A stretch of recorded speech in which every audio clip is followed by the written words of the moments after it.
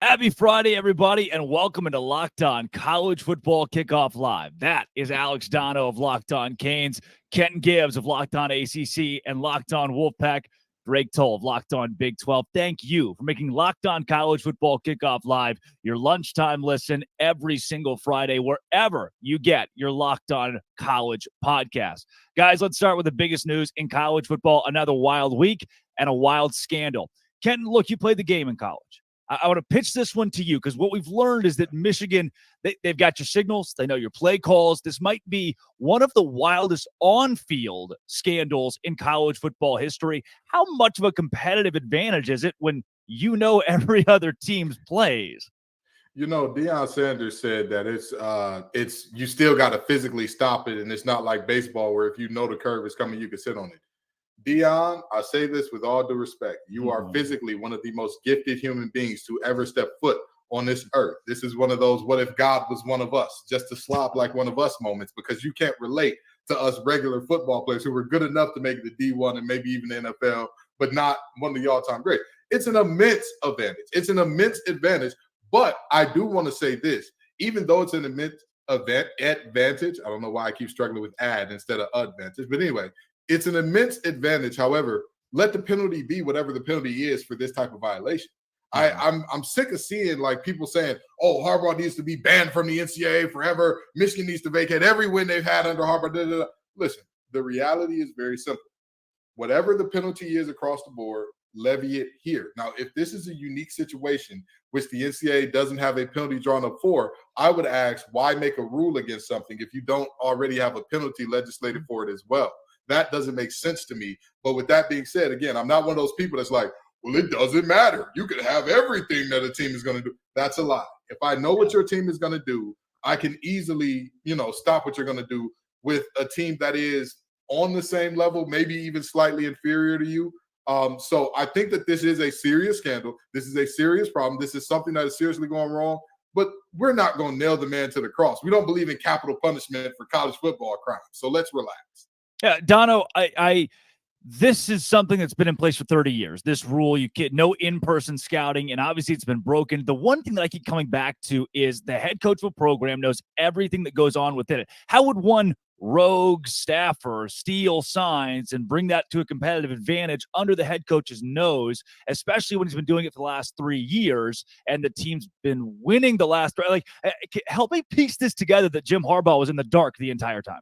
Well, it's a no-win for Harbaugh, at least it should be, because either you did know what was going on, which is bad, or if you didn't know what was going on, how do you not realize what your staff members are doing under your nose? So it's a lack of oversight, or he's part of it. And I understand, I guess, for Harbaugh, the lesser of two evils would be to say, I had no idea what was going on, so he's going to play that card.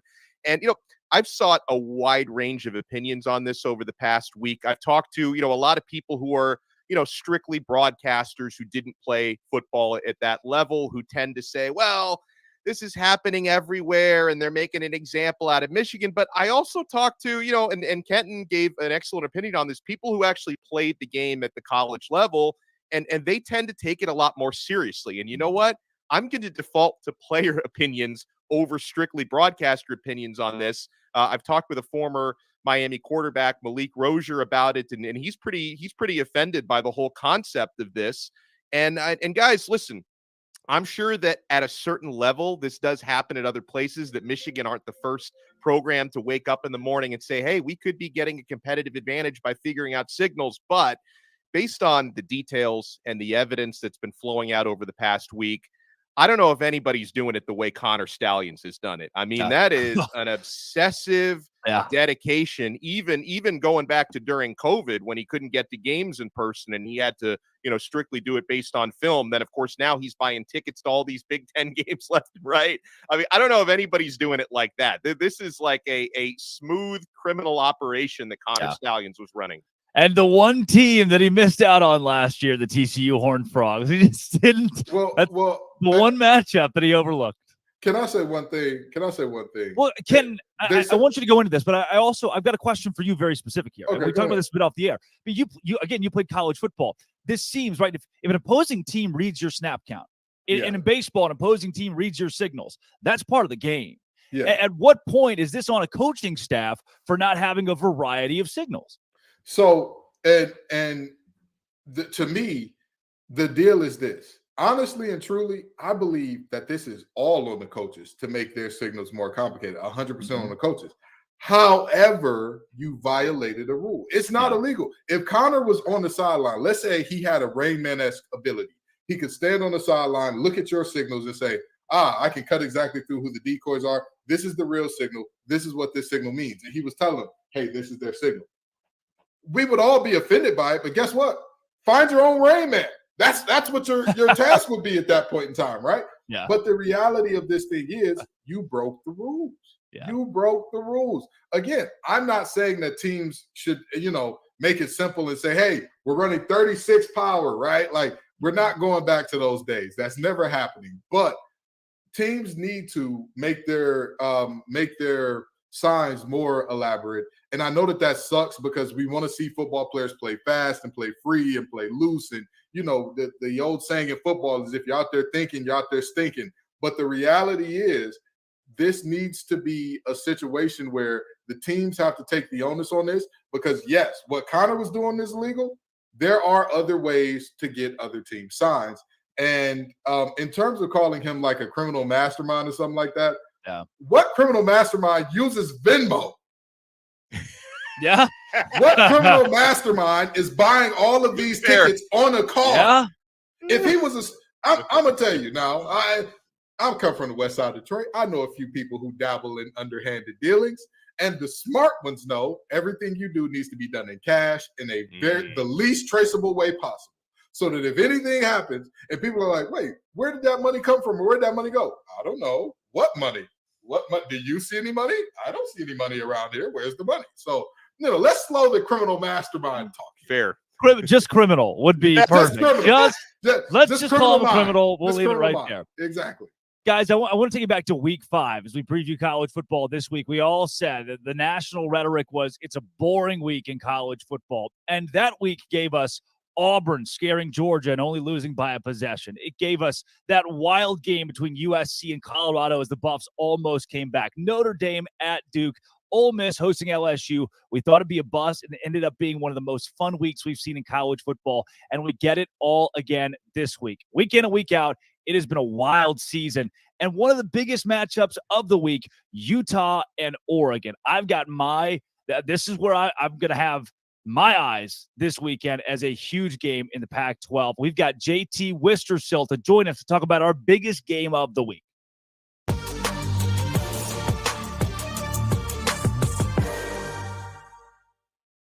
JT Worcestershire sauce here on Locked On College Football Kickoff Live. JT, man, you're talking to Utah Utes team whose defense has been nails. And you talk about the game against USC and how good the Utes looked. Cam Rising or not, Utah is a force here in the Pac-12. They really are, and they just continue to find ways to win games, whether it's converting a safety to a running back who has not only been sensational in the running game, but also the passing game last week where he really torched the Trojans. But Kyle Whittingham, just in the midst of one of his most impressive coaching performances, look, every Utah team runs the ball well and is really good defensively. This year in particular, I feel like they've been really impressive. And now we're at the point here where somehow without Cam Rising, without Brant Keithy, two guys who were both voted to be top 100 players in college football this season and two of the best at their position, in my opinion, still, this team is still 6-1 right now and in a position where if they could find a way to beat Oregon here, everything's still on the table for them. With the amount of injuries they suffered, it still seems crazy that we're in this position. So, JT, let me ask you this, okay? Mm-hmm. In looking at this game, and you said everything is still in front of Utah. What is everything? Is everything as high as, hey, this is a playoff appearance if we can pull off some upsets here late? Or is this we could pull off the Pac-12 championship and win one for the Gipper on our way out the door? What does that look like? I mean, just in terms of like what is still on the table at the exact moment, there is a world where this team can get to the college football playoff. Now, I will say that seems really tough to do, but look, if Utah were to beat Oregon, the biggest game left on their season would be Washington. If they were to go into Husky Stadium and emerge with a victory, then I imagine they're in the Pac-12 championship game. And, for the last couple of seasons, Utah's been counted out every time they've been in that Pac-12 championship game, and they find ways to win as they do so frequently, whether it is with a pig farmer at quarterback or just guys stepping up all across the board defensively. It just has been a bad business betting against Kyle Whittingham, especially at home, where Utah hasn't lost a true home game since 2018. JT, I love watching this Utah team because they're so physical, and I love watching them play defense. And they've definitely had Oregon's number in recent years. Obviously, Oregon is Washington game aside, where they were very good in defeat. They're having a tremendous year. What areas concern you most going up against the Oregon Ducks? What do you think are the key matchups that Utah has to win? Utah has to be able to run the ball. Bryson Barnes has done a fine job, but he's still a game manager. If the game falls onto his shoulders, Utah will not win this game. But that's where the running attack really getting going for Utah as it has in the past week will be a huge benefit for them with that two-headed monster that's been Jaquindon Jackson and Sione Vaki. So if Utah can run the ball, go on long, methodical drives, keep a Heisman guy who very well could be a Heisman finalist come the end of the season on the sideline for as long as you can, that'll be really successful for Utah. Another thing that would really help Utah in this game is win the turnover battle. If they can give this Utah offense some short fields, if the Utah defense can get some strip sacks, maybe pick off Bo Nix. It's only happened once this season, but still, this is a defense that was able to do it against Caleb Williams. They've had success doing it at other points on the season. So I really like this Utah defense, and especially how they play at home. Let's not forget this Utah defense at home this season has yet to allow over 15 points. And that's with playing teams like UCLA, Florida, and even recently Cal. And Cal's not as much of obviously an intimidating presence, but still that's an offense that had a little bit more momentum. And it's just hard to hold teams under 2 touchdowns in college football today in general. And Utah's been really good at doing that at home. You're muted, Drake. You're muted. Somebody else did that. JT, I've seen this Utah team live, and one thing that stuck out the most to me was just the word opportunistic. It seems like this team just knows how to win. Down in late game situations, they've come back to win. I was shocked. They lost that game at Oregon State, only scored 7 points. They've responded by scoring 34 points in consecutive weeks. Is this just a new look Utah? I mean, who woke up? It was Bryson Barnes being reinserted at quarterback. And you were at the Baylor game, you mentioned that's what led to Bryson getting benched. He was bad in that game. And Terrible. Utah kind of made the knee-jerk reaction. They went with Nate Johnson. Nate Johnson was the main reason they only had 7 against Oregon State. Ever since they've gone back to Bryson, Andy Ludwig, the offensive coordinator at Utah, feels more comfortable with him. They've opened more things up offensively. Passing attack has been a little better. But I think if you were asking me what's really right with the offense the last 2 weeks, I have to go with the emergence of Sione Vaki for what he's meant in the ground game and the passing attack. He had 1 touchdown in particular against USC, where this is a guy who's a defensive back, and he scores on a couple of these plays where just guys who are not used to playing offense should not be doing the types of things he's doing. Travis Hunter gets a lot of hype, but for the last 2 weeks, the best two-way football player in college football has been residing in Salt Lake City in Sione Vaki. JT, before we get you out of here, give me a score prediction, Oregon, Utah, Saturday. It's going to be another thrilling matchup, but I think the Utah defense playing at home, this is a Rice-Eccles Stadium that is very tough to play, and you hear the best analysts in the game come into Rice-Eccles Stadium, and they always talk about how loud it is in that stadium. That noise will make a difference. Oregon will put up their worst offensive performance, as teams tend to do inside Rice-Eccles Stadium, and I think it's going to be a very close game that Utah barely squeaks out late as they win the turnover battle, and I'm going to go Utah 28-27. Wow, that is 28 points for the Utes this week, just the same amount of consonants that JT Wistrcill has in his. We got to get you a vowel somewhere in there. JT, thanks for joining and breaking down our game of the week. Appreciate you guys.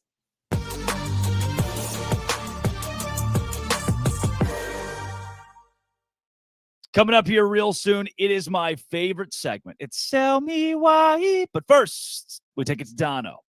Guys, it's time for our game changer of the week, brought to you by Athletic Brewing Company. And I'm going with Billy Napier. I know we've poked fun at the Florida coach at times this year, but what an opportunity he has going up against Georgia. No Brock Bowers, world's largest outdoor cocktail party. Telling you guys, the man we've called LinkedIn Billy, if he wins this game, he can delete that LinkedIn profile. And just like Billy Napier, Athletic Brewing Company is completely changing the non-alcoholic beer game. They make non-alcoholic beers that actually taste good. They brew great tasting, award-winning beers. They beat out full-strength beers in global competitions. They brew over 50 styles of craft, non-alcoholic beer, including IPAs, Goldens, sours, and more. they're fit for all times. So you can drink them anytime, anywhere, and there's no hangovers ever, which is a big plus. You can find Athletic Brewing Company's non-alcoholic brews at a store near you or buy online at athleticbrewing.com. First-time customers can use code LOCKEDON to get 15% off your first online order. That's code LOCKEDON at checkout for 15% off at athleticbrewing.com. Near beer, exclusions and conditions apply. All right, fellas, let's jump into Sell Me Why in the second of our two top 25 matchups this weekend. The number 18 ranked Louisville Cardinals are 4.5-point favorites as they host the 20th ranked Duke Blue Devils. Here is Locked On Louisville to sell you why the Cardinals will cover. Hey, what's going on, everyone? I'm Dalton Pence, host of the Locked On Louisville podcast. The 18th ranked Louisville Cardinals enter the weekend 4.5-point favorites, according to FanDuel Sportsbook, against the 20th ranked Duke Blue Devils. I'm here to tell you why I believe the Cardinals will cover the spread. It's going to be a mainly defensive game.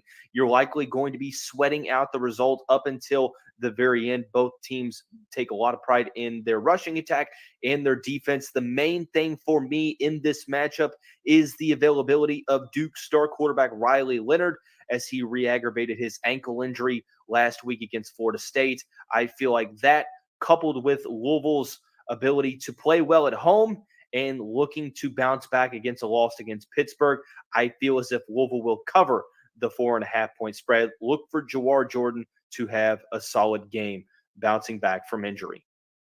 Yeah, Kenton Gibbs, is this Riley Leonard or bust for Duke? Absolutely, 1,000%. You look at that game against Florida State, they lose it 38-20, right? Do you know what the score was when Riley Leonard got hurt? 20-17, Duke led. Ladies and gentlemen of the jury, I don't believe that I need to give you any more. My case is resting peacefully. It's got its Snuggie. It's got its nightlight. It's listening to Anita Baker on the way to bed. That's the type of thing that is happening here, because there's no other argument to be made in terms of can Duke go? Can Duke get it done without Riley Leonard? I mean, he is objectively the engine that makes the car go, the brakes that make sure the things stop. He is, in the words of Barry White, they're first, they're last, they're everything. He's the guy there. And so without him, I don't see a world in which Louisville doesn't outright win, let alone cover. Dono, we're talking about the same Louisville team who in their last game got trounced. I mean, pummeled by Pitt. Can we have this much confidence in the Cardinals? I've got enough to say that they're going to cover, unless by some miracle Riley Leonard plays, because, again, Duke, there's a huge drop-off from Leonard to Beelan. I mean, in the game that Beelan won, he threw 4 passes in that game. You're not going to beat Louisville only throwing 4 passes. It's just not going to happen. And, again, that's a tremendous player. And, obviously, Duke has been on the uptrend the last couple of years, but they are still very, very dependent on their starting quarterback. And so, listen, I try not to judge a team now that, teams have played 7-8 games. You get a pretty good idea of who teams are. I try not to judge a team strictly based on their best or worst performance. I think Louisville can bounce back, and they're going to win and cover.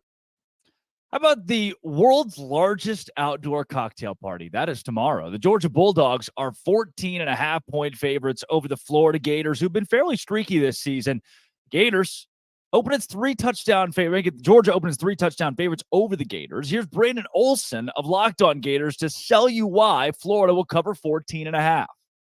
The Florida Gators are going to cover the 14.5-point spread against the Georgia Bulldogs in the world's largest outdoor cocktail party. The Georgia Bulldogs are 1-4 against the spread in their last 5 games where they've been double-digit favorites. They're 0-7 in 1 against the spread against unranked teams in their last 8 games. They're also playing this game without Brock Bowers, who is simultaneously their best pass catcher and their best offensive lineman. This game is one of those times where you just take all of the logic and throw it out the window. One of these rivalry games where all you know is it's going to get weird. Locked On Gators, Locked On Bulldogs, for once, we unanimously agreed. Georgia wins. Florida covers 14.5-point spreads. It's going to be a close one. It almost always is. Even last year, Georgia was favored heavy, did not cover the spread there. This is a better Florida Gators team than they were last year. Florida will cover 14.5 points. Go Gators. Yeah, guys, I think this game could truly be as entertaining as Dono's shirt. There's a lot. I'm just, I gave it 20 minutes into the show. There's a lot going on there, Dono. We'll pitch it to you first. Florida, Georgia, 14.5 in any rivalry game feels like a pretty big swing. Yeah, and again, as I mentioned previously, we're past the halfway point of the season. Every team has played at least 7 games. You have a pretty good idea who teams are. And Georgia is a team that is probably still the best team in the country when they're truly motivated, but they haven't been truly motivated throughout the year. And this is a rivalry game. And guys, when you talk about sell me why and the spreads, most important stat for me is Georgia on the year 1-5-1 against the spread. That doesn't instill a whole lot of confidence that they're going to beat Florida by more than 2 touchdowns at the world's largest outdoor cocktail party. Now, one area, and I am picking Florida to cover, and like Brandon said, cover and still lose a relatively close game. The one thing that concerns me from the Florida side, why I'm going to sweat this out, even if I bet Florida plus 14.5, which is where the number is now.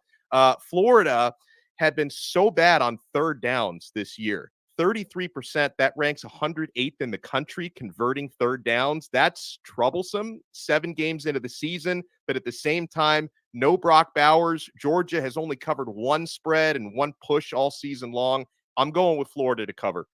Yeah, Ken, is there any way that Florida not just covers, but also finds a way to win this game?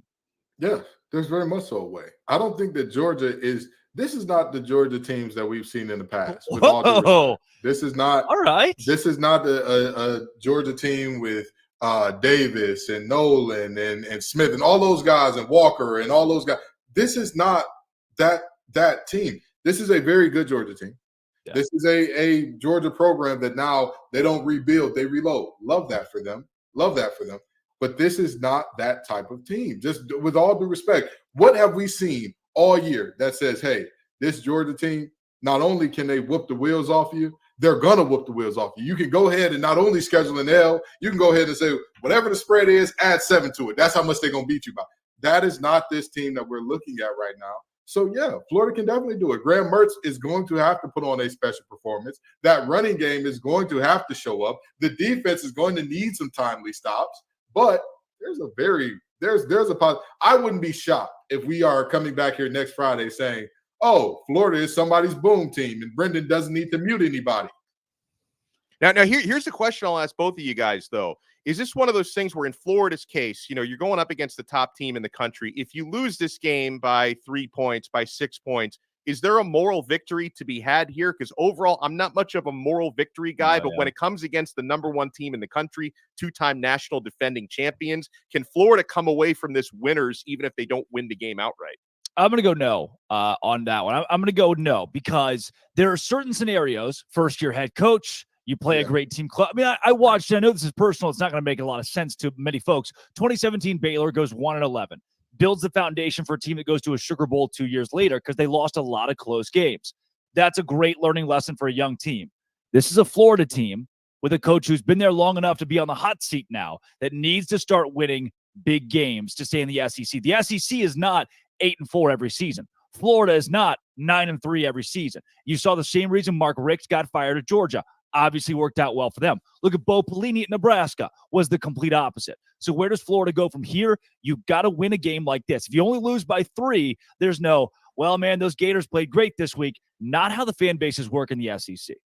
Absolutely. When I talk all the time about there are certain teams where 8-4 perennially is not enough, and there are certain teams where 8-4 forever gets you a statue built. Florida is the former, not the latter. This is the reality where not only is this a Georgia team that has looked human all year, this is your rival.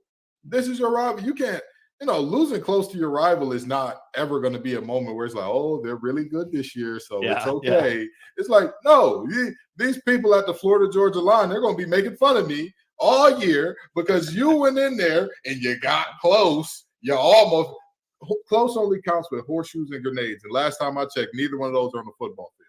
I would hope not, right? Although Connor Stallions would probably find a way to work them into a game plan. He did go to Navy. He did go to the Naval Academy. I'm just saying, he went to a service academy. I'm just saying.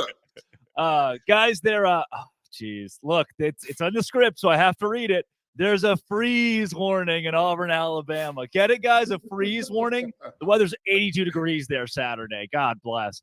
The Auburn Tigers are 6.5-point favorites over Mississippi State Bulldogs team that didn't allow 6 points last week. Here is Zach Blackerby of Locked On Auburn to sell you why the Tigers will cover. You ever look at your reflection in the mirror and say, man, if we were to really just go at it, it would be ugly.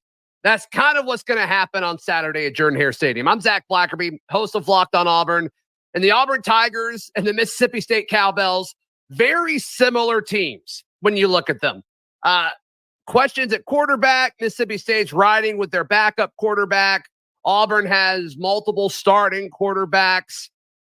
Both teams need to run the football in order to generate any sort of offense. And I think both defenses are actually solid. I think they're fine by SEC standards. I think what it comes down to is Auburn's roster is better than Mississippi State's roster. And the talent that is on Mississippi State's roster isn't playing. Starting quarterback, not expected to play.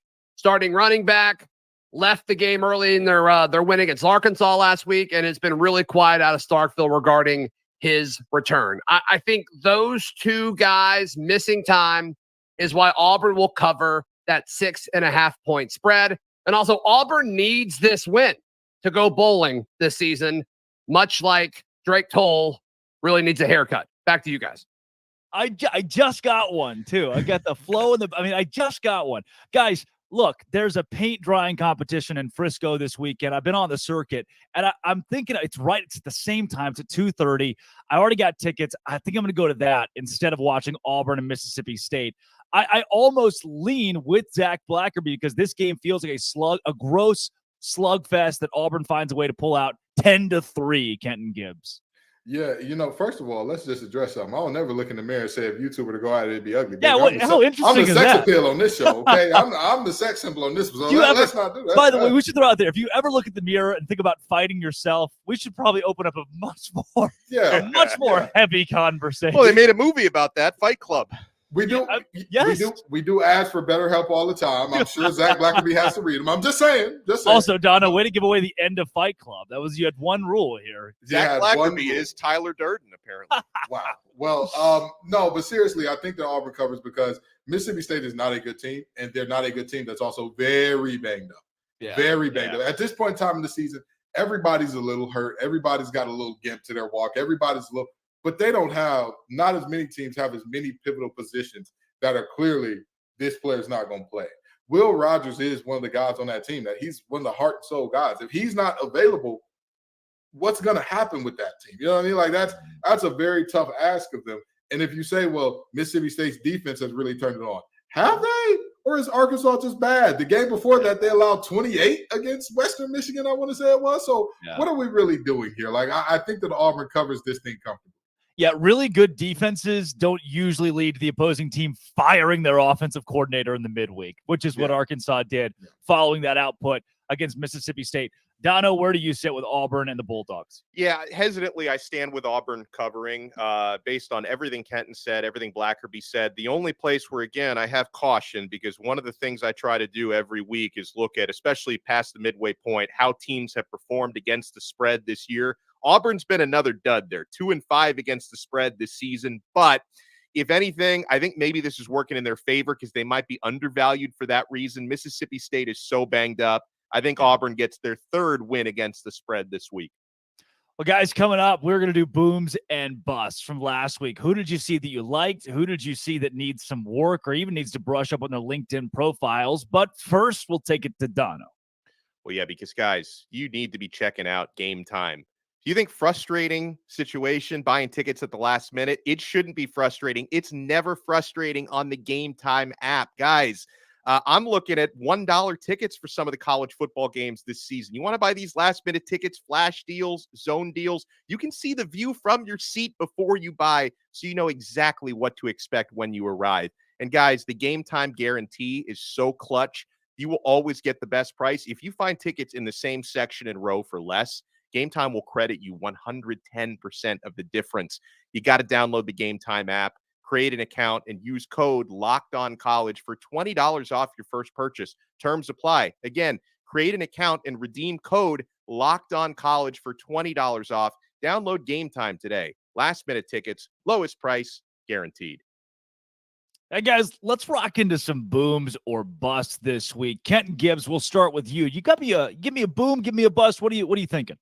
Well, I mean, there are so many teams that I look at here and I say, oh man, this team could be so special. It is rare that booms and busts give me joy. It's very rare. But this one, I take pride in. This one makes my heart smile to give. The North Carolina Tar Heels. Come on down. Oh, you can't do that. Oh. McCullough Brown, come on down. Drake May, Tez Walker, come on down. I've heard apparently the governor and the AG are calling to see if they get the results of the game overturned because they are willing to put in calls for UNC. But it appears that Tony has done it again. Tony Muskett, Tony Elliott, they've gotten this thing done. And I'll tell you what, to me, the very interesting thing about this is the fact that Mac Brown, and the way that Mac Brown does, in his way, in his special Mac Brown way, says, well, I think the biggest place we could place blame for this loss, or one of the places we can place blame for this loss, is that students didn't come to the game on fall break. My brother in Christ, are you serious? Yeah. Are you for real right now? Are you as much as you're getting paid to do your job, that is where you go with this? That is where you go with it. I'll tell you what. At the end of the day, Duke had a similar situation. Their students didn't show up during fall break. NC State fans took over their student section. Yep. And yet they still run the game by 3 tutties.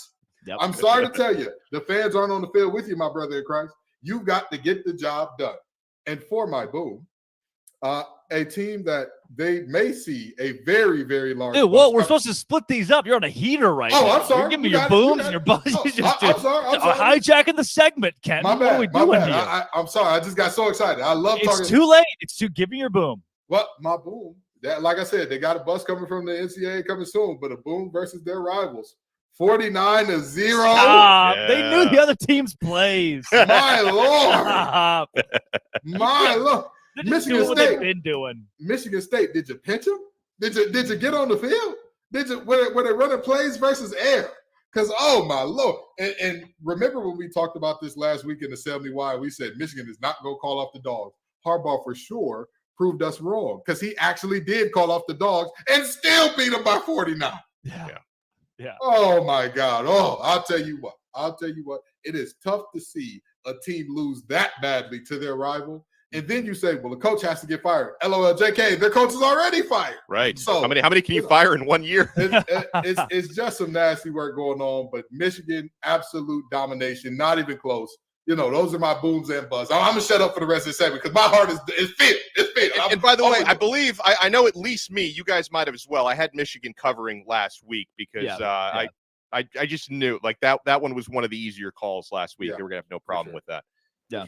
Dono, when it comes to you, booms and busts, I know you're a big boom guy. You hate the pessimistic side of college football. What do you got for us this week? Well, I do have some busts actually. I mean, Kenton already took one of mine, which is fine because it needed to be said, and he probably said it better than I could on UNC. But another bust was USC. I mean, that defense. And listen, I know, and I mentioned I love watching Utah play, but their offense is not as good as they looked last week. Like USC is a slump buster. You go up against your defense. That is a get-right game for any offense in the country. They lose to Utah 34-32 last week, 2 straight losses now for the Trojans. And it's gotten, so bad there on one side of the football that you've got Emmanuel Acho out there saying that Caleb Williams should just sit the rest of the season, which to me, it's ridiculous on so many levels, including the fact that, listen, 10 years ago, even a few years ago, you're not making NIL money. He's being compensated very well to suit up and play the cut. Stop it. He's not quitting on his team the rest of the year. But that's how bad it's been. So bad for USC. That's how much of a bust they've been these last couple of games. You got people saying their quarterback should shut it down and get ready for the NFL.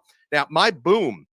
This is going to be, and you guys may not like this because both of you guys already said you don't believe in moral victories under most circumstances. Are you going to give me a boom who lost the game? I'm going to give you a boom who lost the game. Gosh. UCF.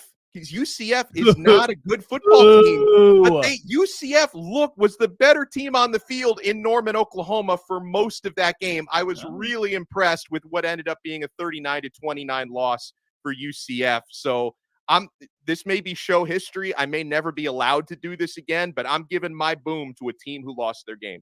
Yeah, we see you with the Italy shirt, and we're throwing soggy tomatoes at you to kind of drench you there. Because I will say something. I mean, Dylan Gabriel is very relieved that his team ended up winning that game because he's a former UCF quarterback. So that was one he could not afford to lose under any circumstances. The Italian ad read guy has given us a boom this week who lost the game.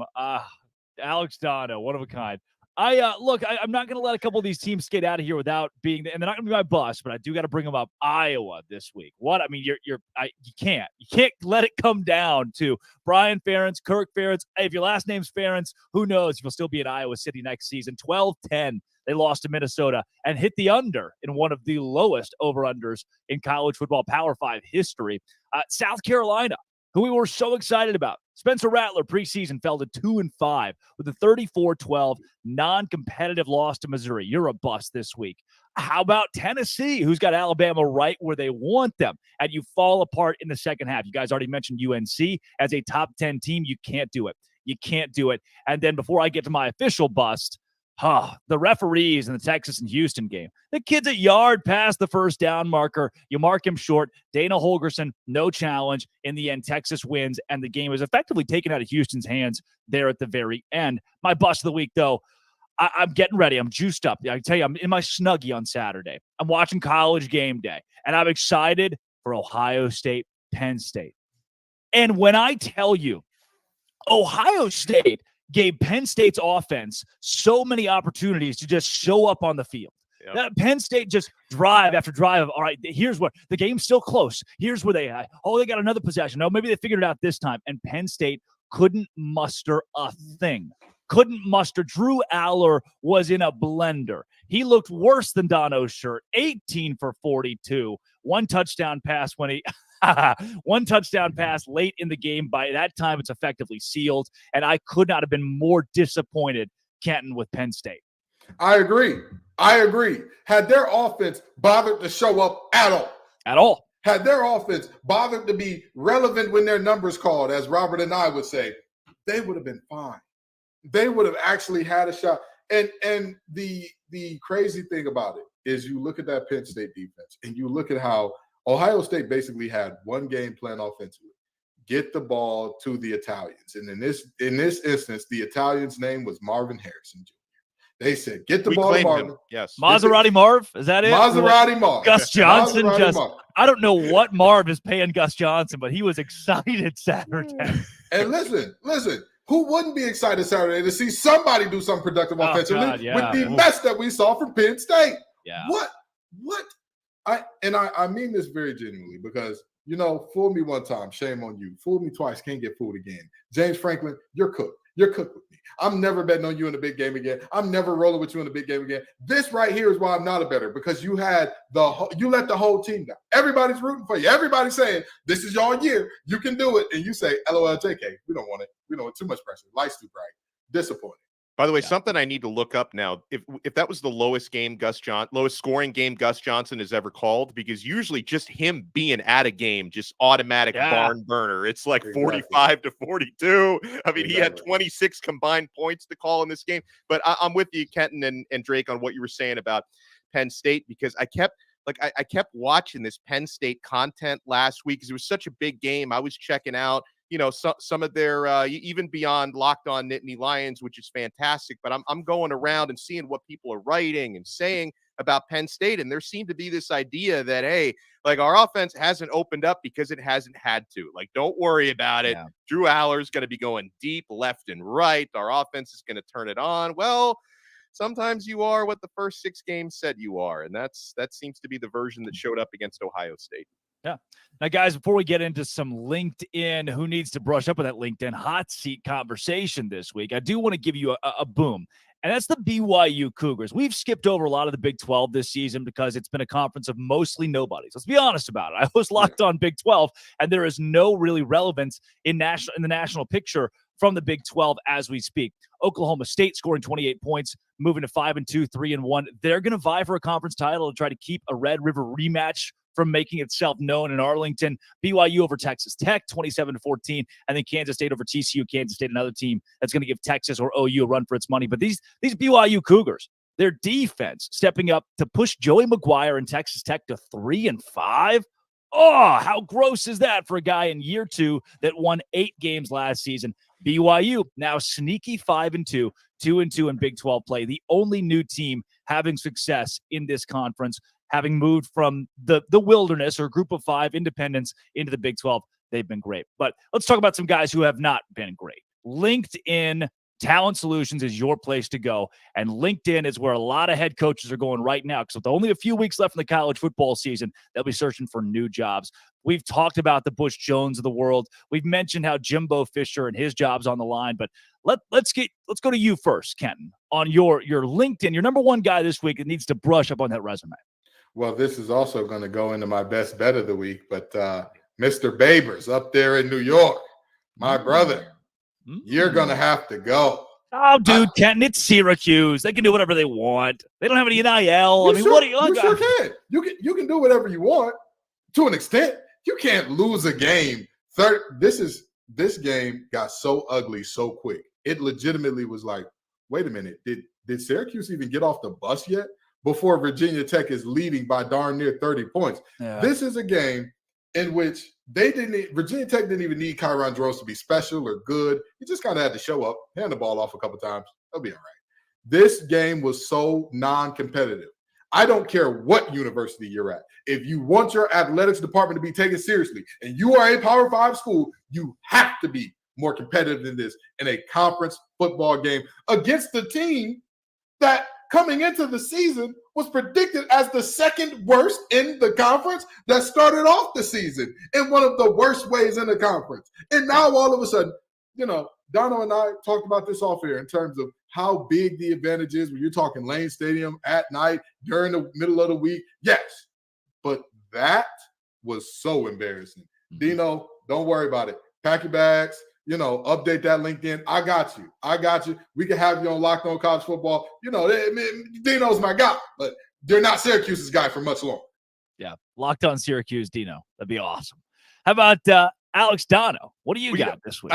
I got to bring up the name that I feel like it was brought up so much weeks ago that people just got kind of tired of bringing up, and that's Tom Allen at Indiana. It has, I think the only thing that, might potentially save his job is the buyout is ridiculously high. But I mean, that team is dreadful. And, listen, Penn State, they're going to have their get right game tomorrow at noon when they face Indiana. No. All of a sudden, that offense that I just criticized is probably going to go off and score big points tomorrow. So that has to be said. That seat is very, very hot. Now, this is a seat that I wonder if it's warming up, guys. And, I just watched firsthand in person what happened last weekend with Dabo Swinney and Clemson. Now, as a Miami guy, obviously, I try to look at the positive. Miami played very, very well with a freshman, first-time starting quarterback who was able to win that game. A lot of positive storylines, but when it comes to Clemson, that game was a disaster. You've got your starting quarterback going rogue on the final play where he was supposed to hand it off. He tries to play hero ball, but then Dabo throws him under the bus after that, which I thought was a little low class on Dabo's side. And this is not in itself is not fireable, but Dabo made a very insensitive joke about suicide after the game, which is just a really bad look. That in itself won't get you fired, but a lot of things have been working against Dabo Swinney this year and in this era with the way he hasn't embraced NIL and hasn't embraced the transfer portal. I'm not saying the seat is hot, but the seat's getting warm. Kenton, back to you. Perspective as a former player, because I do want to go with what Dono just mentioned on Dabo Swinney throwing a player under the bus.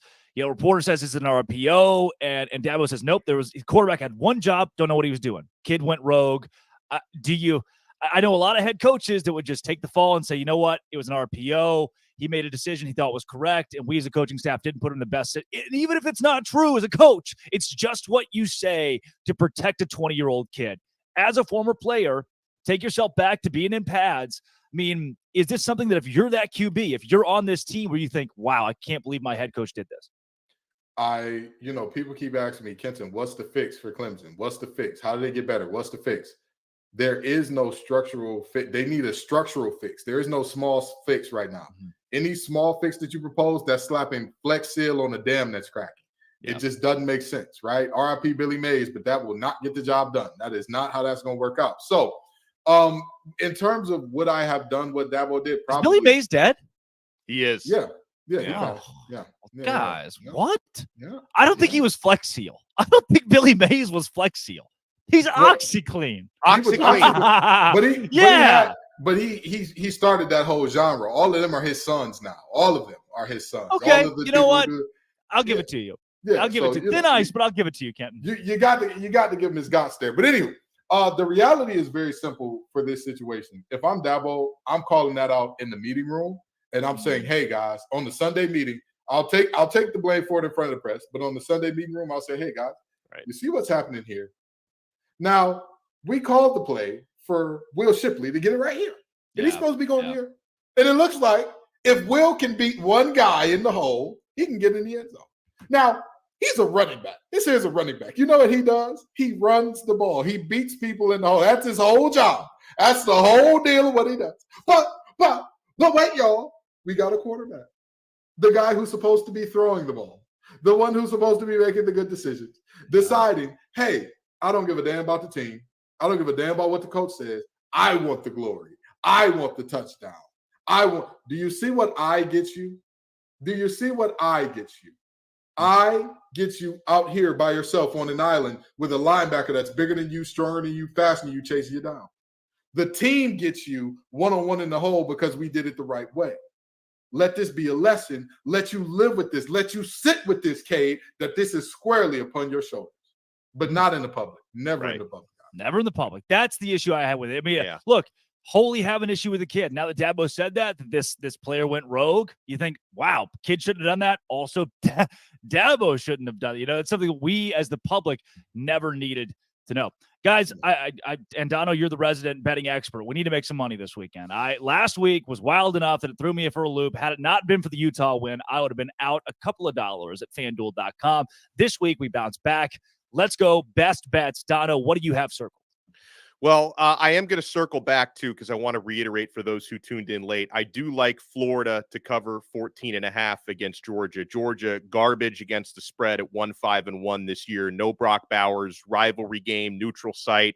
Neutral site, obviously, there's going to be a lot of fans from both sides there in Jacksonville. Plenty of Florida fans will be in attendance. But I think Florida does not win outright, but I think they do cover in the game.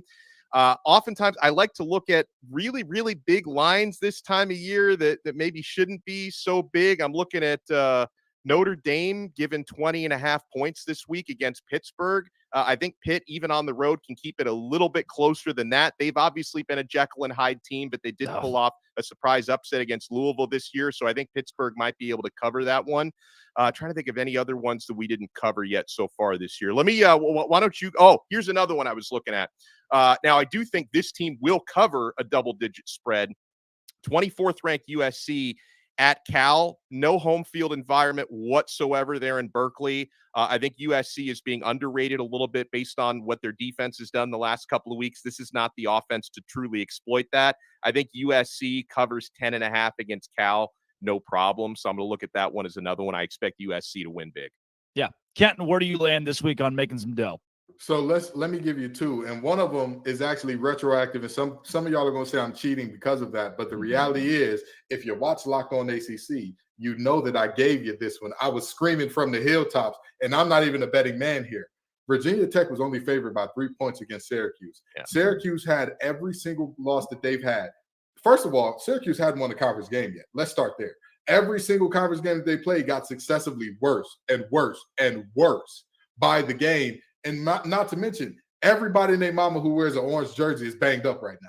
So the reality is that game, again, watch some Locked On ACC, because I'm gonna give you the nuggets right there. I knew that there was no way Virginia Tech won that game by only 3 points. They end up rolling. Now, another game that I'm saying, hey, what's going on here? I told y'all, Drake said that we're not giving the Big 12 enough love. Well, come on, Big 12. Y'all you can sing your LL Cool J, I Need Love, and I'm going to bring it in. I'm going to give you some love, okay? Oklahoma only being a 6-point favorite or so. It's 9 Kansas? now. It's up to 9. Yeah. 9. Yeah. Even 9. Yeah. Give me Oklahoma. Yep. Give me Oklahoma. What Love are we it. doing here? Yes. Kansas is a decent team. I don't think they're terrible, but I think that Oklahoma is a good team. I think that they bounce back. And I know that bounce back after a win seems counterintuitive, but I think for Oklahoma's goals, there cannot get moral victories, but you can have a moral loss where it's like, we should have beat this team by more. We should have hung 50 on this team, and we did not end up doing so. I think Brent Venables gets the boys right, and they solidly cover in this one. Billy Mays has been dead since 2009. That is really tough. No one told me. Breaking news. 14 years later, no one told me. But also, he didn't do the Flex Seal commercials, Kenton. So take that. I mean, I've already spoiled a movie from 1999, and now we've covered breaking news on a death from 2000. Gosh. Don't worry, geez. Drake told you got to tell us what 2029 is going to bring us. Yeah, wait till I tell you guys about. Wait till I tell you guys about Michael Jackson. You're really gonna hate this news later on in the show. My best bets in college football this week. I'm going to stick in the Big 12 as well because it's what I know best with Locked On Big 12. And there are a couple of them. Kansas, Oklahoma was one of my best bets on Thursday on the show. How about UCF, who is 0-4 in Big 12 play, has lost 4 consecutive games playing West Virginia. Sure, West Virginia in a slump, but you're telling me UCF's going to win this game by a touchdown? This team that's never won a Big 12 game is going to win by a touchdown against Garrett Green and C.J. Donaldson. Give me West Virginia +7 this week. I also really like BYU +20 points. I might buy a half point, buy a point on that as well against Texas on the road. Now, I get it. Texas is the far superior team, but a backup freshman quarterback playing for the first time, I will always take a 3-touchdown spread, especially against a 5-2 team with a 28-year-old quarterback in BYU. I think the Cougars cover 3 touchdowns.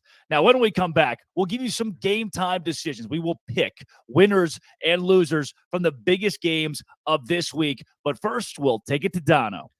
We got to talk about Prize Picks, guys. Prize Picks is the largest independently owned daily fantasy sports platform in North America. Easiest and most exciting way to play DFS. Guys, I've been playing Prize Picks since 2020. I'm so happy they're aboard the Locked On family this year.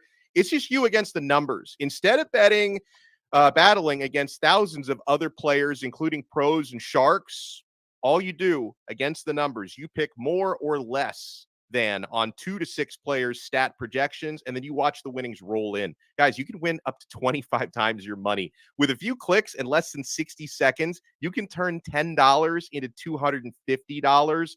Prize Picks also, they offer quick withdrawals, easy gameplay, and an enormous selection of players and stat types. That's what makes Prize Picks the #1 daily fantasy sports app. And the Prize Picks reboot policy is so clutch. Your entries stay in play even if one of your players gets injured. For all NFL games and college football top 25 matchups, if you have a player who exits the game in the first half and doesn't return in the second, that player is rebooted. Prize Picks is the only DFS platform with injury insurance. Go to prizepicks.com/lockedoncollege and use code Locked On College for a first deposit match up to $100. Prize Picks truly is daily fantasy sports made easy. All right, fellas, game time decisions this week. Georgia, Florida, the outdoor. It's way too long of a name. Can we just call it the cocktail party? The largest outdoor cocktail party ever existed in college football. Who do you got, Kenton Gibbs? I think Georgia wins a close one. I think that Georgia I think Georgia is the better team by a lot. I think that they kind of walk in and hit the I don't really feel like it button the same way they have multiple times this year, but they have enough to overcome that in the end. Dono. Georgia's run defense and their third down defense will be the keys in this game. Florida has been awful on third down all year. I think they're going to move it pretty well at times on early downs, struggle on third downs. I've got Georgia winning this game by 7 points. I think it's going to be close, but the Bulldogs pull it out. Good chance we look up at halftime and it's 17-14, 2017 Florida up. I wouldn't be shocked if it's Florida first half, but Georgia pulls the game out. That'd kind of be the script the Bulldogs have worked with this season. Give me Georgia 31-20, somewhere in that neighborhood. They don't cover 17.5 or 14.5, but they do end up winning this football game outright. Let's go 2:30 on ABC. BYU at Texas, one that we just talked about. Dono, I'll send it back to you. Yeah, I agree with your assessment. I think Texas wins, but I think they win close. I think BYU covers the gigantic spread, and the Longhorns will continue to at least make their case for staying alive in a potential college football playoff picture. Yeah, for this one, I'm actually going to take BYU to win. Like now, that's insane. It's insane. I get it. There are a lot of people that scream in the comments, but BYU has done this season the opposite of what they're supposed to do nationally, right? When all of college football is saying, oh, they're going to lose to Arkansas on the road by 10, 15, they won that ball game. When you're saying, hey, they've got a struggling TCU team in Fort Worth and a 2:30 snoozer, they should win that game. They lost 44-11. This week, they should get blown out by Texas. We saw the cracks in UT, the cracks in the armor last week against Houston. I think this week, somebody finally catches up to the Longhorns. Give me BYU outright, Kenton. BYU is the person with a master's degree in astrophysics, but they are working at Papa John's. You don't know who they are. You don't know why they are. It doesn't make sense to you. But what does make sense to me is Texas pulling off this game by less than the spread, but winning outright. Yeah. Duke or Louisville, Kenton? Oh, give me Louisville. L's up. This game, no Riley Leonard, no soup for you, no win for Duke. Give me Louisville in the easy. Yeah. Are you right there, Dono? Yeah, I go Louisville by probably 2 touchdowns. I'm going with it, like Kenton said, a relatively easy win. I liked Duke until you guys convinced me otherwise. The panel likes Louisville in this game on Saturday afternoon. Let's take you back to the SEC. Kentucky hosts Tennessee. Tennessee 3.5-point favorites on the road. Number 21 team in America. Dono, do you like the Vols here? I don't. I think I like Kentucky to pull this one off. I mean, the Vols have let me down against the spread and overall. You saw what happened in the second half against Alabama. Obviously, this is not Bama, but I something tells me Kentucky's going to pull off a mild upset. Yeah, Kenton? You know, I want to believe in Kentucky. I want Devin Leary to do well. I care so much for that young man, and I really do wish him the best in all the good things. And Joe Milton has struggled mightily this season so far, but I can't bring myself to say, hey, Ray Davis is going to be enough for y'all to win this game. I can't do it. I won't do it. I'm going to go Tennessee winning a very close one. I'm not sure if they cover, but I think that they win this game. Can't get the vision of Kentucky, Missouri out of my head. That game was in Lexington. Give me Tennessee as well on the road this week. A couple more before we get to the game of the week. Colorado goes to UCLA, Dono. Man, Colorado are big underdogs in this one, right? 16.5, yeah. 16, man, UCLA is going to win. Colorado's going to cover. So I do have the Bruins, but I think that's too big of a spread. Yeah. Kenton, can Colorado pull the upset? I'm upset at the odds makers for making me say nice things about Dante Moore. Yes, Colorado can upset, but the reality is they won't.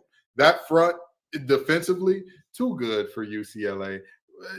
Colorado is a terrible offensive line. If us three were rushing against Colorado, I know for a fact we could get us a sack or two. I have no. Hey, let me tell you something now. We could. It's a unit. It's us. Okay. The Locked On College Football Live crew get a sack against them. And with that being said, I think that UCLA has enough offensively to get it done. And defensive line wise, they're gonna keep Shador scrambling and running all day. No watches will be shown on this day. Give me UCLA. I'll go with the Bruins as well. Their 2 losses are very quality losses in Pac-12 play. How about Georgia Tech hosting North Carolina? Dono, this is a game where the Tar Heels have to bounce back. Oh, this is a get-right game for North Carolina. Like, they learned the most valuable lesson last week, getting beaten by Virginia. And despite, like, you don't win too many games when one of your scoring chances, you fumble into the other team's end zone. Virginia was able to overcome that and still win the game.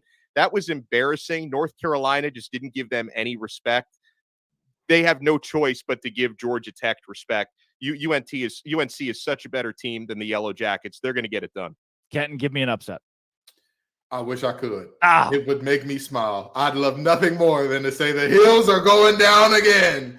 Unfortunately, that's not going to be the case. As much as I like Key and company, they just don't have the horses in the stable. They're not as talented. They're not as deep. They are.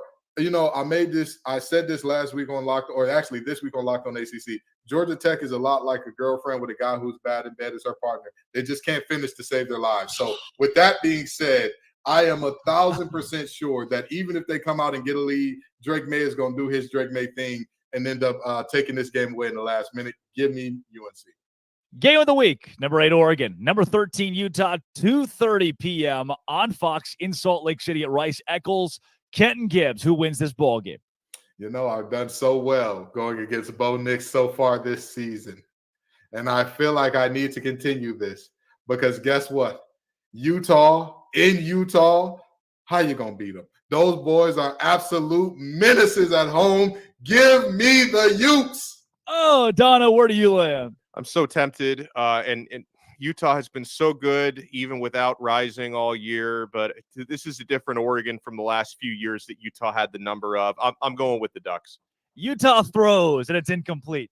They run and it's for a loss. They special teams and it doesn't look great, but they win the ball game. They're the better team defensively, and that means a lot this week. They down the Ducks in Salt Lake. 2 out of the 3 on the panel like the Utah Utes as 7-point dogs to win outright. And give me the Baylor Bears on top of Iowa State.